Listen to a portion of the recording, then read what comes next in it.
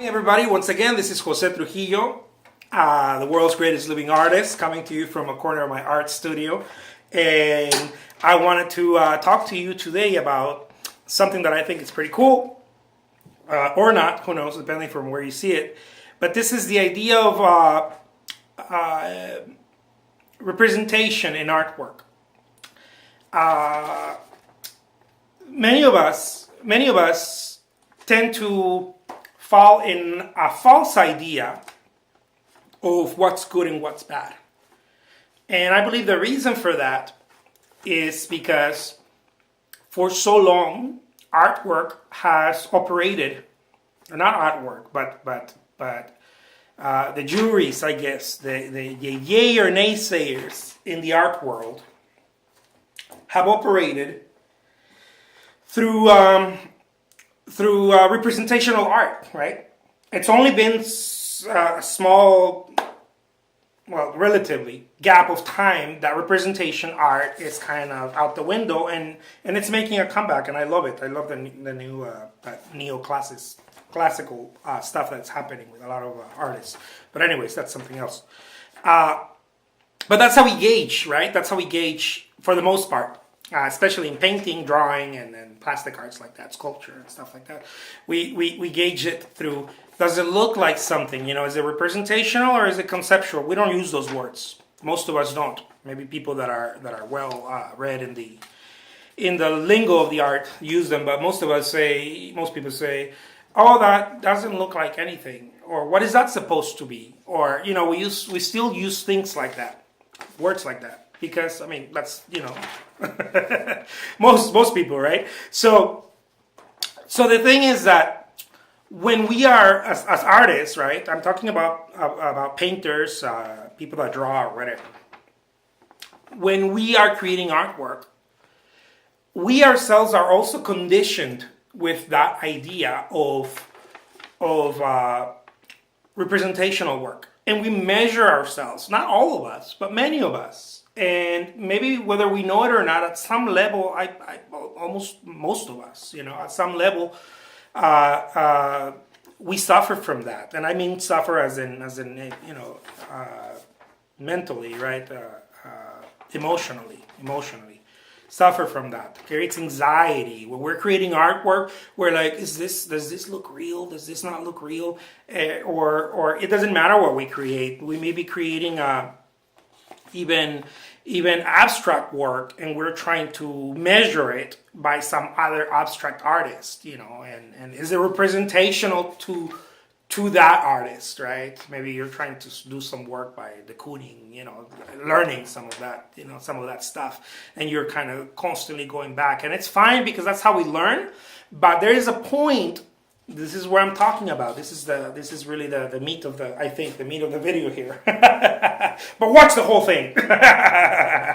Is that when we come to a point where it's my belief that the idea of measuring talent and measuring skill level through representational work, how realistic it looks, in other words, to put it that way, it really presents a problem in the progress. It's a hindrance. It can become. It's not, but it can be a problem to the progress of the artist, to the journey, to the unraveling or evolving, or however you want to put it, to your vision as an artist. Why? Because it's like a shadow that won't. It's like a.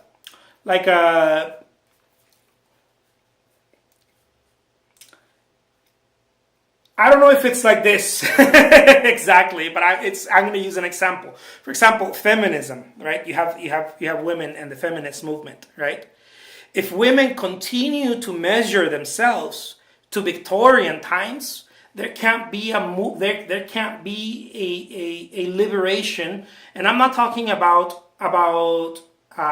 just social, which of course is extremely important that we are all socially liberated, but a liberation of the mind, right? Of our our mental paradigms, how you are supposed to behave.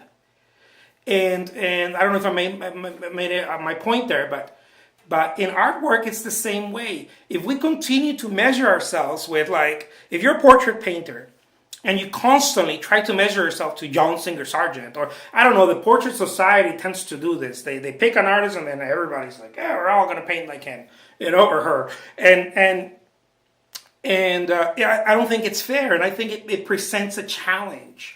And we even use, as I mentioned in other videos, we even use these ideas or concepts like and I hear this with artists who are mid-career, who are at the end of their career, well, not at the end, but later on in life, and they use this stuff, like they say things like first learn how to do it right, so then you can do whatever you want, meaning learn how to draw classically or paint, the theory correctly, and then go do whatever you want. People do that in music too, but it's the wrong. For me, my opinion is that it's the wrong advice. Why? Because we're suggesting that do whatever you want means, and I see this artist on YouTube, dude. If you're watching, don't do that to people. they say first learn how to do realism and learn how to get color and paint what you see, and then go do whatever you want. Meaning whatever you want usually suggests, if not always, then go do something bad. Because I've heard it many times. First do it well, and then you can do it bad if you want to. And abstraction is not bad. Abstraction is not bad. And there's a hindrance, I'm telling you guys. If you are a realistic painter and maybe abstraction's not your cup of tea, to whose level are you, or to who are you comparing yourself in realism? Is it Goya's realism? Of course it was romantic, but it's still realism, a level of realism. Is it John Singer Sargent's realism? Is it Rembrandt's realism? Because they all did completely different anatomical representation and composition and everything, and the way that they created shadows. Or are you doing chiaroscuro like Caravaggio, or where is which one is it? And the reason I'm saying this is because the idea of realism is just as complex as the idea of abstraction. It's very complex. Who are you abstract to? Pollock, de Kooning, pick anyone, Picasso. Who are you abstract, or who are you trying to do impressionist work like? Yourself, Monet, any of the Renoir, any of the guys over there, or Cézanne. What is abstraction? What is realism? And of course, the only way that we are conditioned to measure is by what has more representation. What is more represented, right? Does it look like a cup? If you're painting a still life with a cup and an orange, does it look like a cup and an orange? The more it looks like a cup and an orange, the better painter you are. That's bullshit. It's not true. It's not true. If that would happen, I mean, look at any of the great artists. All of their stuff looks different. Even though it's a form of realism, it was different because they were pushing boundaries. And now we're pushing even more boundaries. We get to the point where yeah, some of the bad stuff gets in there, some crappy stuff, just like always.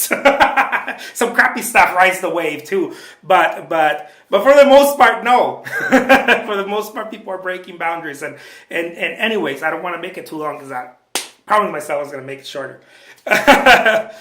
So next time you're creating artwork, don't think about how realistic. I know it's hard because we're so conditioned, but try to remove yourself away from that as much as you can. Try to concentrate on what you're painting, whether it's conceptual or even if you're creating realistic work. Do not torment yourself to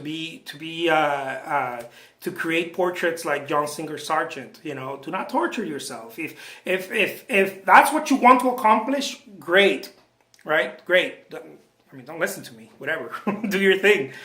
But if you are trying to get your je ne sais quoi, your own heart, be light on yourself with all the other dead guys and the living ones. Be light on yourself. Don't carry that stuff around. It's very heavy, and it doesn't allow you to plow forward. As I mentioned in other videos, the only way to plow forward is to let everyone else behind, to remove yourself, which means you focus yourself. Warhol couldn't be Warhol if he was focusing on Picasso. He had to overcome that. Picasso couldn't be Picasso if he focused on Renoir. He had to overcome that. They have to overcome the people. I don't know if Picasso, whatever, but you get my point. You have to overcome that, because that's how you get the good shit out. I call this the good shit. That's how you get it out, when you overcome all those mental constraints, all these things that I don't know if I made up a word, constraints. Anyways, all these things that are holding you back because you're trying to compare. You're always comparing.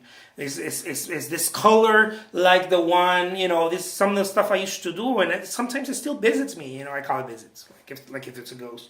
but does this color look too much like Matisse? Does this color look too much like blah blah blah? Is this green gray like Picasso's green gray? And it's all this stuff, and at the end of the day, I'm not Matisse, I'm not Picasso, I'm not, I'm not Velázquez, I'm not Goya, I'm not any of these artists, I'm not Sorolla, I'm not any of those guys. I like it, I get influence, bits and pieces. I create a collage with all of them, as an artist should. You're looking at, you're absorbing, but do not marry any of them, and do not marry a school of thought. I don't think it helps to move you forward. To move you forward, you have to drop all of that.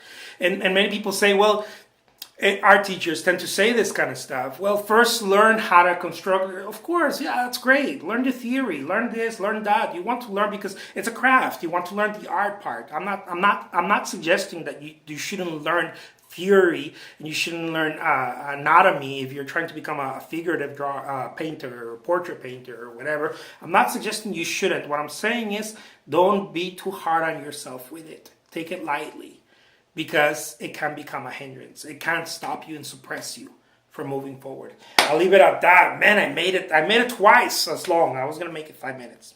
Anyways, I have a lot to say. Take care, guys. The name is Jose Trujillo. I am the world's greatest living artist. Till next time. Bye-bye.